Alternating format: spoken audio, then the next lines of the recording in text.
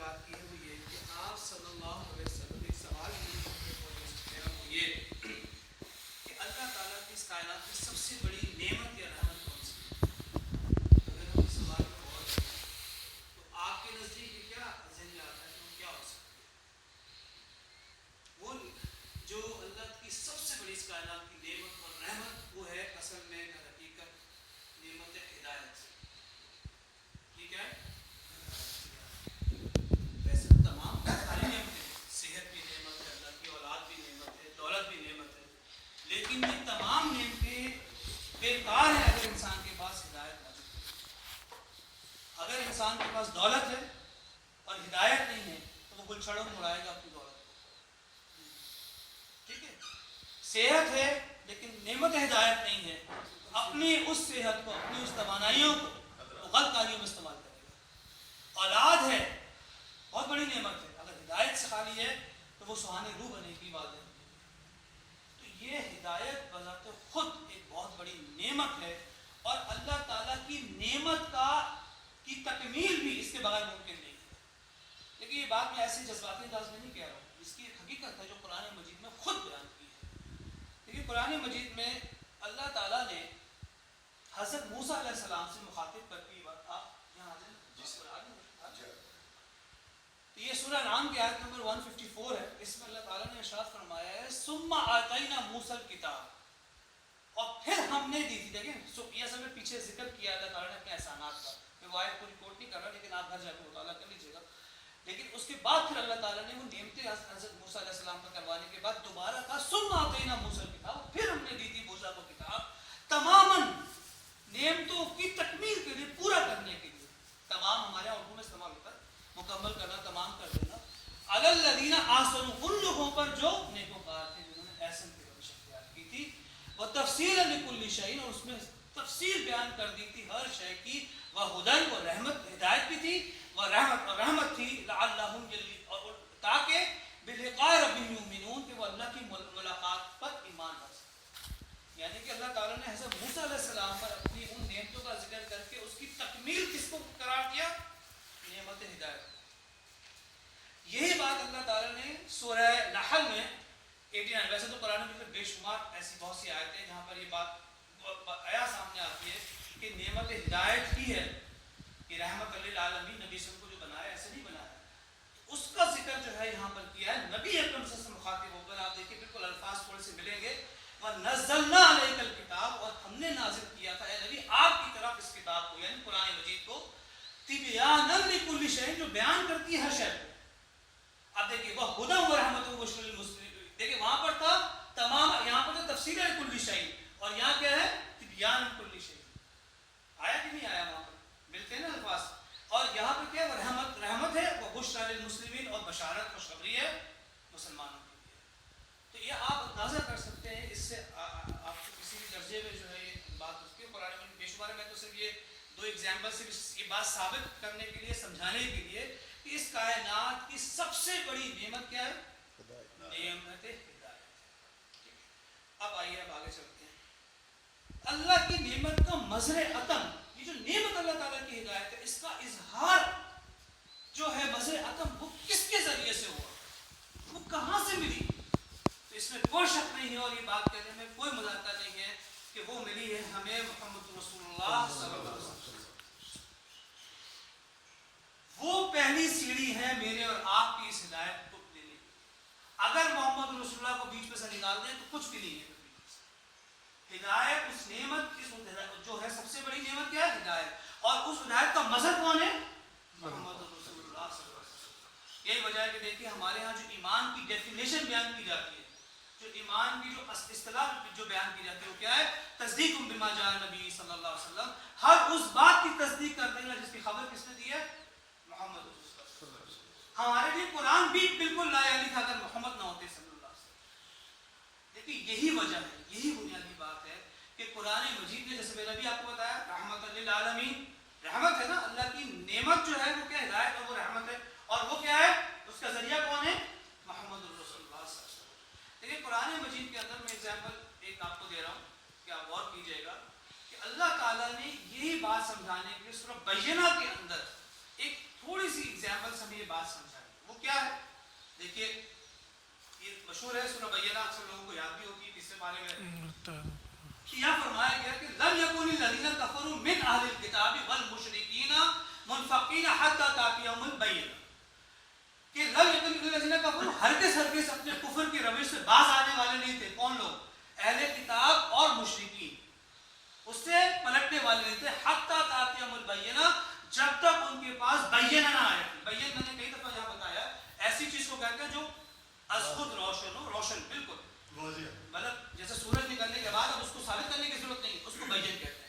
اس لیے ہمارے یہاں اس کے لیے لفظ استعمال ہوتا ہے اظہر من الشمس. حقیقت اظہر من الشمس یعنی سورج نکلنے کے بعد اب ثابت کرنے کی ضرورت ہی نہیں ہے. میں نظر آ رہا دیکھو، کوئی لاجک لگانے کی ضرورت نہیں ہے. تو یہ بینہ ان کے پاس نہ آ جاتا. کن کے پاس؟ اہل کتاب مشرک، کفر سے باز نہیں آتے. اب اللہ نے کیا کیا؟ دیکھیے رسول من اللہ، رسول آئے ہیں اللہ کے پاس، یتلو صحفا مطہرہ، جو تلاوت کرتے ہیں اس صحیفے کی جو ان کے جو پاک صاف. دیکھیں مقدم کیا ہے قرآن پر محمد کو صلی اللہ علیہ وسلم. نہیں تو اللہ تعالیٰ براہ راست بھی کہہ سکتے تھے نا کہ ہم نے نازل کیا قرآن کو، نہیں کہا، بلکہ اللہ نے پہلے نام کس کا لیا؟ اپنے رسول کا صلی اللہ علیہ وسلم. یہ مقام ہے قرآن مجید میں جو واضح کرتا ہے فیہا کتب قیمہ، اور اس کے اندر جو ہے وہ ایسی کتاب ہے جو بالکل قائم اور جسے کہتے ہیں نا پختہ، اس کے اندر کتاب موجود ہے. تو رسول کو مقدم کیا ہے صلی اللہ علیہ وسلم کس پر؟ قرآن. ظاہر سی بات ہے کہ میرے اور آپ کے سمجھنے میں کوئی دقت ہی نہیں ہے کہ ہمیں قرآن کس سے ملا؟ محمد رسول اللہ صلی اللہ علیہ وسلم. تو یہ بات جو ہے یہ بالکل ازبر ہے کہ خود قرآن مجید میں بھی اور بہت بے شمار، کہ جیسے ابھی ہم نے یہ سورہ ابھی ہمارے سامنے ہی گزری ہے، ابھی ہم آئے گی بھی آئے تھے سورہ نساء پڑھ کر آئے تھے، کہ اس میں کتنے واضح الفاظ میں کہا تھا کہ نبی جب تک یہ آپ کو جو ہے تمام معاملات میں اپنا حاکم نہ بنا لیں تو ان کا ایمان بھی جو ہے معتبر نہیں. لا یؤمنون کے الفاظ اللہ تعالیٰ ایمان ہی نہیں ہے ان کا. یہ بنیادی بات جو ہے ذہن میں رکھنی چاہیے کہ نعمت جو ہمیں ملی ہے ہدایت، وہ ملی کس کے ذریعے سے ہے؟ محمد صلی اللہ علیہ وسلم. میں اس لیے کہہ رہا ہوں کہ کوئی جذباتی بات نہیں ہے، یہ کوئی مطلب کوئی الفاظیت نہیں ہے، بلکہ خود قرآن مجید ہی سے ہمیں یہ بات ثابت ہوتی ہے. کہ شاہ صاحب بار بار کہتے ہیں اور میں بھی اس بات کو کہتا ہوں کہ جتنا زیادہ ہم قرآن مجید کو پڑھیں گے سمجھیں گے اتنی نبی اکرم کی سیرت جو ہمارے سامنے آتی چلی جائے گی. یہ جو ہم نے جو ہے گل و گلزار کی کہانیاں بنا لی ہوئی ہیں محمد صلی اللہ علیہ وسلم کے حوالے سے، اگر ابھی آپ انشاءاللہ ہم جب یہاں پہنچیں گے تھوڑی سی سیرت پر بھی ایک جھلک سی میں دکھاؤں گا آپ کو، تو اندازہ ہوگا کہ نبی اکرم صلی اللہ علیہ وسلم کی زندگی تھی کیا، ہم نے اس کو بنا کیا دیا. تو یہ بات جو ہے یہ ہمارے پیش نظر رہنی چاہیے. پہلی بات اسی کو دیکھیے، اس میں جو اب بات کرنے لگا تھا وہ یہ تھی کہ اس بات کو مزید ایک اور چھوٹی سی بات سے سمجھنا، وہ یہ دیکھیں ہماری جو بھی عبادات میں جو سب سے اہم ترین چیز کیا ہے؟ نماز. ابھی شاہ صاحب نے بھی کہا کہ اس کی کتنی امپورٹنس ہے دین کے اندر. لیکن آپ دیکھیں کہ نماز جو ہے اگر ہم قرآن کو بھی سامنے رکھ لیں اور حدیث کو بھی رکھ لیں تو ساری زندگی آپ نماز کی شکل نہیں بنا سکیں گے. بنا سکتے ہیں قرآن مجید میں آپ دیکھ لیجیے، آپ قرآن مجید کو پڑھ کے تو بنا ہی نہیں سکتے. کہیں رکوع کا ذکر ہے تو کہیں سجدے کا ذکر ہے، کچھ اللہ نے کوئی ترتیب تو نہیں بنا دی. اور اس طرح نبی اکرم صلی اللہ علیہ وسلم کی حدیثوں کو جمع کرنے اتنا کچھ ہے کہ آپ سمجھ نہیں سکتے. ہم جو نماز پڑھتے ہیں وہ کیا ہے؟ وہ تواتر اور اجماع سے نبی اسلام کی سنت ہم تک آئی. جیسے قرآن مجید قولی تواتر سے ہم تک آیا، اسی طرح وہ نماز کی سنت جو جس کو ہم کہتے ہیں یہ عملی تواتر سے ہم تک منتقل ہوئی ہے. تو لہٰذا اگر نماز کی اگر شکل بھی دیکھنا چاہیں تو ہم کس کے محتاج ہیں؟ نبی اکرم. دیکھیں اس کو اقبال نے اس لیے یہاں پر جو ہے یہ شعر میں بیان کیا، شوق تیرا اگر نہ ہو میری نماز کا امام، میرا قیام بھی حجاب میرا سجود بھی حجاب. یہ امام کس کو کہا ہے؟ محمد رسول اللہ صلی اللہ علیہ وسلم. لیکن تیرے اندر یہ جذبہ ہی نہیں ہے محمد کو اپنا امام بنانے کا تو تیری قیام اور نماز میں کیا رہ گیا؟ کچھ بھی نہیں. ہمیں محمد نے بتایا ہے کہ سجدے سے پہلے رکوع کرنا ہے صلی اللہ علیہ وسلم، ہمیں نہیں معلوم تھی بات. لیکن یہ ہے وہ بات کہ دین کی اہم ترین چیز جس کی کوئی معافی نہیں ہے وہ بھی ہم محتاج کس کے ہیں؟ نبی پاک. یہ بات ہمارے ذہن میں اس انداز میں رہنی چاہیے. اب دیکھیے یہی وہ بات ہے کہ جس کو اللہ تعالیٰ نے یہاں پر فرمایا ہے کہ نبی اکرم صلی اللہ علیہ وسلم سے محبت ہی ایمان کا بنیادی تقاضا قرار دے دیا. دیکھیے یہ بات ہم نے بہت دفعہ بھی آئی ہے اور ویسے بھی آتی رہی. شرک کے ضمن میں جو ہم نے بات کی کہ شدید ترین محبت کس سے ہونی چاہیے, اس ضمن میں بھی آتے. تو سورہ توبہ کی یہ آیت بڑی اہم ہے کہ اللہ تعالیٰ نے یہاں پر 8 محبتیں گنوائی ہیں. کتنی؟ یہ دیکھ لیجیے, قل ان کان آباؤکم, اے نبی ان سے کہہ دیجئے کہ اگر تمہارے باپ, وابناؤکم تمہارے بیٹے, واخوانکم اور تمہارے بھائی, وازواجکم اور تمہاری بیویاں, گنتے جائیے گا, وعشیرتکم اور تمہارے مال, عشیرتکم تمہارے رشتہ دار, واموال یفترضتم اور تمہارے وہ مال جس کے بارے میں تمہیں بڑا, جس کو تم نے بڑا سیت کر رکھا ہے, وتجارت تخشون کسادها, وہ تجارتیں تمہاری, وہ بزنس جن کا تمہیں ہر وقت ڈر رہتا ہے جو ہے اس نقصان ہونے کا اس کے اندر, اور مساکن ترضونها, وہ مسکن اور بڑے بڑے محل جو تم نے بنائے ہوئے اپنے رہنے کے لیے گھر, ان کا جو ہے تمہیں جو ہے اس کا ترضون تمہیں بنا رکھے ہیں. یہ 8 محبتیں ہیں, نوٹ کر لیجیے. یہ سب ذکر کرنے کے بعد فرمایا احب علیکم من اللہ ورسولہ وجہاد فی سبیل اللہ, محبوب تر ہے اگر اللہ اور اس کے رسول اور جہاد سے, تو فتربصوا, تو جو انتظار کرو, حتی یأتی اللہ بامرہ, اللہ تمہارا کوئی فیصلہ کر دے گا, واللہ لا یہدی القوم الفاسقین, اللہ تعالیٰ ایسی قوم کو, ایسی فاسق قوم کو جو ہدایت. 3 محبتیں ہیں اس کی, اللہ کی محبت, اس کے رسول کی محبت اور جہاد فی سبیل اللہ. یہ ایک طرف رکھ لو اور یہ 8 محبتیں ایک طرف رکھ لو اور خود محاسبہ کر لو اپنا, جھانک لو. تربص وہی لفظ ہے جو بھی اپنے اس میں اس پہلے والے رکوع میں پڑھا تھا, متربص, گو کی کیفیت میں رہے گا, بس انتظار, قیامت تک اس کا یہ حال رہے گا, وہ کسی ٹھکانے نہیں ہوگا. اور کیا ہوگا, اللہ تعالیٰ ایسے فاسقوں کو ہدایت دے گا کہ یہ کیا ہے, محبت رسول صلی اللہ علیہ وسلم کے بارے میں ہمارے لیے جو بات اللہ تعالیٰ کی طرف سے یہاں پر بیان ہو گئی ہے. یہ آپ صلی اللہ علیہ وسلم کا جو معاملہ ہے, جو میں نے بات کی تھی, یہ تو وہ ہے جو قرآن مجید سے ہمارے سامنے جو ہے وہ بنیادی طور پر سامنے آ رہا ہے. میرا جو اصل موضوع ہے وہ اصل میں یہ آیت ہے سورہ اعراف کی, اور اس کا بھی یہ لاسٹ ٹکڑا, اس کو میں تھوڑا سا بھی ہائی لائٹ کر دوں گا, وہ بھی جائے گا. اور بھی اصل میں قرآن مجید کو جتنا بھی مطالعہ کرتے ہیں, ویسے تو قرآن مجید پورا ہی ویسے ہمارے لیے پوری رہنمائی ہے, لیکن اس آیت کو ذرا سمجھنا بہت ضروری ہے کہ اس میں اصل میں ہمارے نبی اکرم صلی اللہ علیہ وسلم کے جو تعلق کا جو اصل عملی نقشہ ہے وہ اس آیت میں کھینچا ہے. یہ اس آیت کو ڈسکس کرنے سے پہلے میں ذرا سے اس کا پس منظر ہے, جو یہ جو واقعہ جو یہاں پہ نقل ہو رہا ہے, اس کا پس منظر ذہن میں سمجھ لیجیے, پھر یہ آیت آپ کو سمجھ میں آئے گی. آپ کو یاد ہوگا کہ یہ حضرت موسیٰ علیہ السلام جب کوہ طور پہ گئے تو پیچھے جو ہے وہ بچڑا بنا لیا قوم نے, واقعہ تو پتہ ہی ہوگا آپ سب کو, سورہ بقرہ میں بھی پڑھا. ہوا یہ معاملات کہ جب وہ واقعہ سارا ہو گیا اور حضرت موسیٰ علیہ السلام آئے, اور یہ اصل میں اس سے پیچھے پورا واقعہ یہی چل رہا ہے, ان آیتوں سے پہلے سارا واقعہ یہی ہے. وہ بڑے غصے میں آئے اور آ کے اپنے بھائی کی داڑھی پکڑ لی اور کہا تمہیں چھوڑ کر گیا تھا, تم نے کیا کیا. وہ سارا کچھ معاملہ ہونے کے بعد اصل میں ہوا یہ کہ پھر اللہ تعالیٰ نے اس کی توبہ کی شکل تو وہ نکالی کہ ان میں سے ہر شخص جو ہے اپنے رشتہ داروں کو خود قتل کرے. دوسری شکل یہ نکالی کہ 70 آدمیوں کو لے کر کہا کہ آؤ میرے پاس, اور توبہ کے لیے بلایا گیا حضرت موسیٰ علیہ السلام کو. 70 یہ الفاظ سارے اسی میں سورہ اعراف میں پورا ذکر موجود ہے.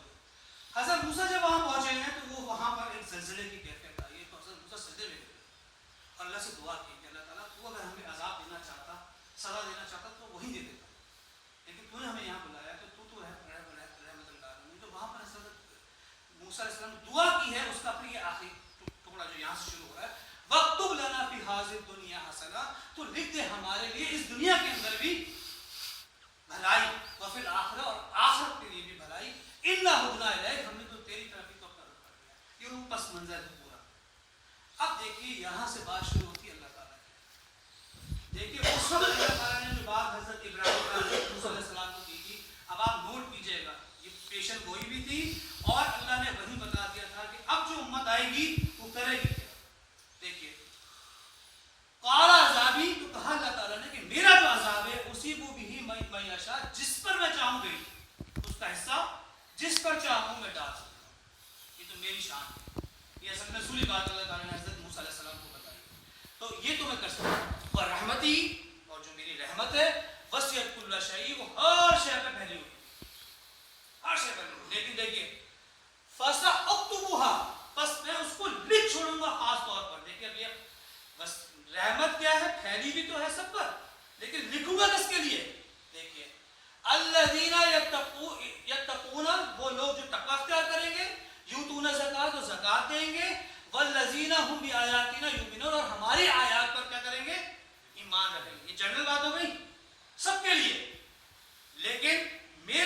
مخصوص ہو رہی ہے. الذین یتبعون الرسول, اور وہ لوگ جو پیروی کریں گے اس رسول کی جو نبی ہوگا, رسول النبی الامی. نوٹ کیجئے بات کس سے کی جا رہی ہے؟ موسیٰ علیہ السلام سے. اور پیشن گوئی کس نبی کی جا رہی ہے؟ محمد صلی اللہ علیہ وسلم. یہ خاص معاملہ یہاں سے میرے اور آپ کے لیے شروع ہو رہا ہے کہ میں وہ یہ ان کے لیے بھی خاص کر دوں گا. یہ تو جنرل بات ہوئی نا, جو تقویٰ لائیں گے, زکات دیں گے, سب اس میں شامل ہوئے. لیکن اب آگے پیشن گوئی ہو رہی ہے. لیکن یہاں پہ مظاہرے کا استعمال کیا اللہ تعالیٰ نے کہ اللہ تعالیٰ جو ہے کہ وہ جو اتباع کریں گے کس کی؟ یتبعون, پیروی کریں گے اس امی رسول کے جو کیا ہوگا, یجدون مکتوبا عندہم, جو پائیں گے اس کو لکھا ہوا اپنی کتابوں میں جو ان کے پاس ہے, پھر تورات اور انجیل, تورات میں بھی اور انجیل میں بھی. یہ کس کی پیشن گوئی ہو رہی ہے؟ محمد رسول اللہ صلی اللہ علیہ وسلم. اب دیکھیے وہ کریں گے کیا؟ بِأَمْرِهُمْ بِالْمَعْرُوفِ, وہ کیا کریں گے؟ نیکی کا حکم دیں گے. وَيَنْهَوْنَ عَنِ الْمُنْکَرِ, اور کیا کریں گے؟ وہ منکرات سے روکیں گے. وَيُحِلُّ لَهُمُ الطَّیِّبَاتِ, اور حلال کریں گے جو پاک صاف چیزیں ہیں. وَيُحَرِّمُ عَلَیْهِمُ الْخَبَائِثَ, اور حرام کر دیں گے جو ناپاک چیزیں ہیں ان کو. وَيَضَعُ عَنْهُمْ أَسْرَهُمْ وَأَغْلَالَهُمُ الَّتِي كَانَتْ عَلَيْهِمْ, اور ہٹائیں گے ان سے, دور کریں گے جو بوجھ انہوں نے اپنے اوپر ڈال دیے ہیں, اور جو توق انہوں نے اپنے اوپر ڈالے ہیں اس کو بھی دور کر دیں.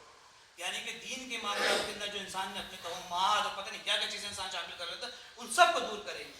یہ بات ارشاد فرمانے کے بعد اب دیکھیے, اب دوبارہ رخ بدلا ہے. والذین, یہاں سے شروع کریں, فالذین آمنوا بہ, بس وہ لوگ جو ایمان لائیں گے اس پر, کس پر؟ اس نبی پر, محمد پر. وعزروہ, اور وہ اس کی عزت کریں گے, توقیر اور تعظیم کریں گے. ونصروہ, اور اس کی نصرت کریں گے. واتبعوا النور الذی معہ, اور اتباع کریں گے اس نور کی جو اس کے ساتھ ہے. یہ چار باتیں نوٹ کیجئے گا, ان کے بارے میں فرمایا جا رہا ہے اولئک ھم المفلحون, یہی وہ لوگ ہیں جو فلاح پانے والے ہیں. یہ اس وقت اللہ تعالیٰ نے کس کو بات کہہ دی؟ تو ہمارے یہ اللہ تعالیٰ نے اس وقت کہا تھا یہ چار باتیں کریں گے. تو اب آپ یہ نوٹ کیجئے, فالذین آمنوا بہ وعزروہ ونصروہ واتبعوا النور الذی انزل معہ اولئک ھم المفلحون. یہ ہے وہ تعلق جس کا ذکر کیا جا رہا ہے کہ یہ آئیں گے جو لوگ وہ کریں گے, ان کو میں فلاح دوں گا جو یہ چار کام کریں گے اس نبی کے ساتھ.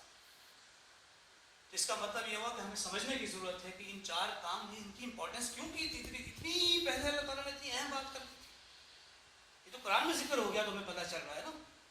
اللہ تعالیٰ نے سورہ اعراف میں ذکر کیا تو ہمارے سامنے بات آ گئی. تو نبی اکرم صلی اللہ علیہ وسلم ہماری جو بنیاد, حب رسول کی جو تقاضے ہیں اور یا اس کا تعلق کی جو بنیاد ہے وہ کیا ہے؟ چار باتیں ہیں. نمبر 1 کیا ہے؟ ایمان, نبی اکرم صلی اللہ علیہ وسلم پر ایمان. نمبر 2 توقیر و تعظیم.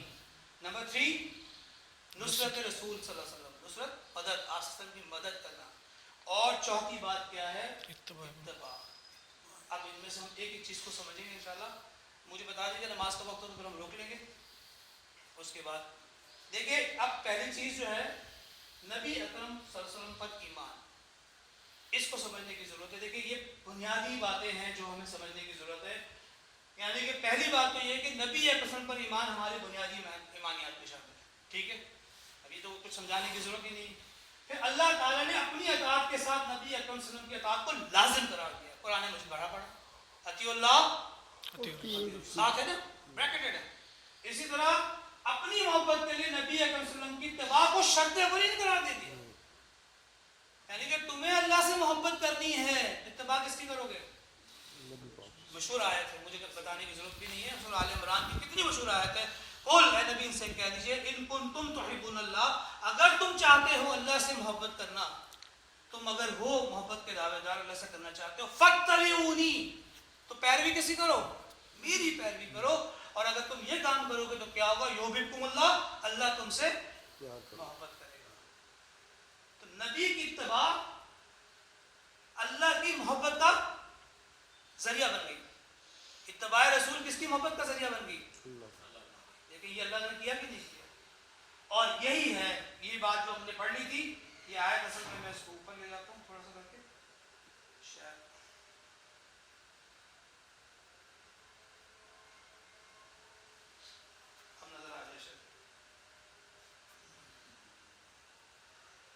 زوم کر کے ہلا لیجیے. فلا وربک، بس قسم ہے تیرے رب کی. یہ اللہ تعالیٰ کی ہم پڑھ چکے ہیں سورہ نساء کی آیت ہے، یہ ہم پیچھے پڑھ کر آئے ہیں ابھی. فلا وربک، بس نہیں، قسم ہے تیرے رب کی. کس کو کہا جا رہا ہے؟ نبی سے مخاطب کر کے. نبی تیرے رب کی قسم ہے. لا یؤمنون، یہ ہرگز ایمان والے نہیں ہیں. حتی یحکموک فیما شجر بینہم، یہاں تک کہ یہ جب تک آپ کو اپنے تمام معاملات میں فیصلہ کن نہ بنا لیں. نوٹ کیجیے گا بات، یہ ایسے نہیں آگے قرآن میں لا. اچھا اس کے بعد لا یجدوا فی انفسہم حرجا، اور پھر بنانے کے بعد اپنے دل میں بھی کوئی حرج جو ہے وہ محسوس نہ کرے. یہ نہیں کہ چلو جی بانے باندھے کے نبی کا وہ حکم آگے تو مان لیا، نہیں، دل میں بھی جو ہے حرج نہ کریں. وقضینا، جب آپ فیصلہ کر دیں، وسلموا تسلیما، اور اس کو بالکل جیسے کہتے ہیں سر تسلیم خواہ جو مزاج یار میں آئے، پھر جو بھی ہو اس کو مانیں. یہ آپ اندازہ کر سکتے ہیں کہ آیت کس قدر اہم ترین ہے اس معاملے کے اندر. ایمان اصل میں کیا ہے؟ دیکھیں، ایک ایمان یہ ہے کہ بس نبی کو آخری نبی مان دیا. اصل ایمان کیا ہے؟ کہ اللہ کے نبی کو فیصلہ کن حیثیت دو اپنی زندگی کے اندر. یہ ہے اس کا تقاضا، یہ عملی تقاضا ہے. وہ نظریاتی بات ہے کہ جی آخری نبی ہیں، کلمہ شہادت پڑھ لیا، بچوں کو رٹوا دیا، جو ہمارے یہاں معاملہ ہے. لیکن جو عملی چیز کیا ہے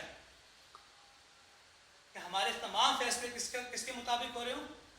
جو ہمارے دین میں ہمارے نبی نے، اور پھر اس میں حرج بھی نہ ہو. دل کے اندر جو ہے وہ کوئی میلان کی کیفیت ہو. یہاں کیا ہے؟ ایمان کی نفی ہے. ہر کسی قسم کھائی اللہ تعالیٰ، یہ کوئی چھوٹی موٹی بات نہیں ہے. یہ ہے ایمان کی اصل، مطلب بہت ایمان جتنا بھی زیادہ آپ کریں. نبی پر ایمان کا مطلب کیا ہے؟ آگے چلیے.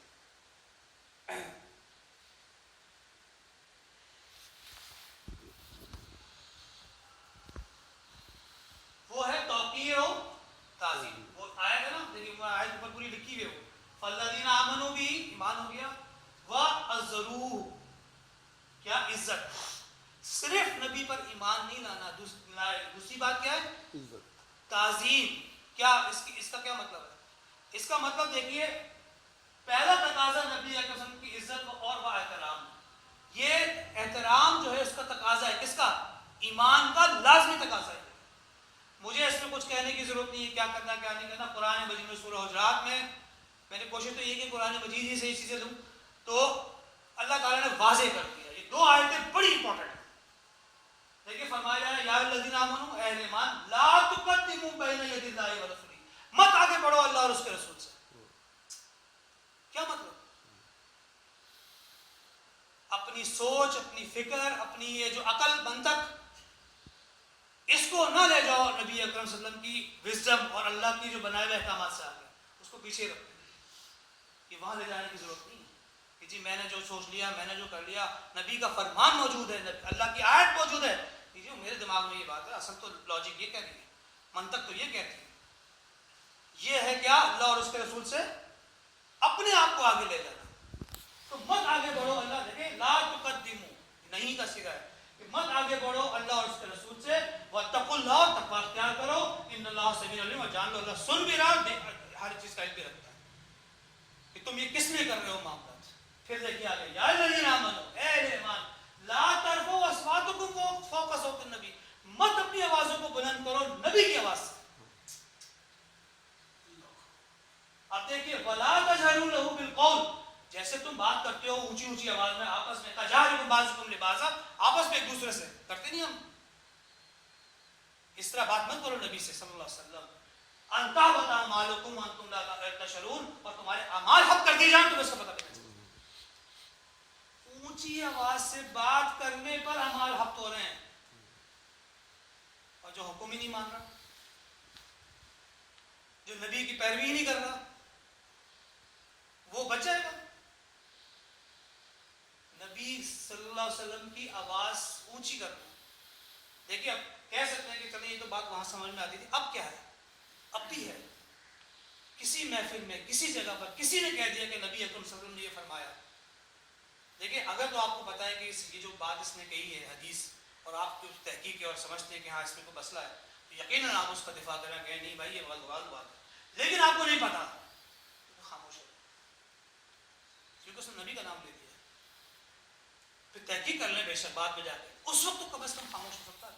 ہمارے یہاں دیکھ لیجیے لوگ چیختے رہ جاتے ہیں، اللہ کا واسطہ رسول کا واسطہ، نہیں فرق پڑتا ہماری زندگی میں.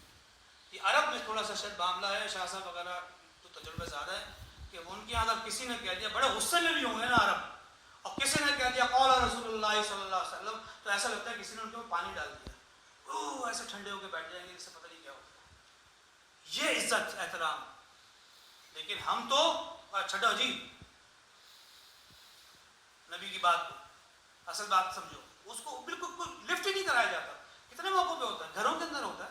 ہم اپنے گھر میں دیکھ رہے ہیں جھگڑے فساد ہوتے ہیں، جب کوئی اللہ رسول کا نام لیتا ہے حالات دیکھ لیجیے. یہ ہے محبت ہماری عملی. یہ جھنڈیاں لگانے سے اور یہ لائٹیں لگانا یہ نہیں، یہ ہے وہ بات. کیا ہے ہماری عملی زندگی؟ ادھر صرف اونچی آواز. ایک صحابی تھے، ان کا نام میں بول رہا ہوں، وہ جہر الصوت تھے، بہت زیادہ اونچی آواز میں بات. جب یہ آیت نازل ہوئی گھر میں جا کے بیٹھ گئے، نکلے ہی نہیں گھر سے باہر. نبی اکرم صلی اللہ علیہ وسلم نے دیکھا وہ آ رہی ہے مسجد کے اندر، تو کہا کدھر ہے وہ، آپ کیوں نہیں رہے؟ تو جب پتا کرو وہ گئے گھر، کہنے کہ بھائی یہ آئے جب سے آئی ہے، میں تو اتنی اونچی آواز، مجھے پتہ ہی نہیں تھا کہ میں یہ کیا کرتا رہا. اب میرے تو پاؤں کانپتے ہیں مسجد میں جاتے ہوئے کہ میری بات، کیونکہ وہ اللہ تعالیٰ نے ان کو آواز ہی اتنی دی تھی تیز کہ وہ عام بات بھی کرتے تھے، لگتا تھا کہ اونچی آواز. انہوں نے کہا میں اس گستاخی کا متحمل نہیں ہو سکتا. تو نبی سمجھا نہیں، اس کو بلا کے لگ کے آؤ. تو کہا نہیں تم تو ایمان والے ہو، ایسی کوئی بات نہیں ہے اس کے اندر. تو آپ اندازے کہ صحابہ کا طرز عمل دیکھیے، ایک آیت آئی ہے اور اپنے آپ کو جو ہے کانپ رہے ہیں کہ ہو کیا گیا ہے. صرف کیا ہے، اونچی آواز. اور اس میں کیا جا رہا ہے، تحبط اعمالکم.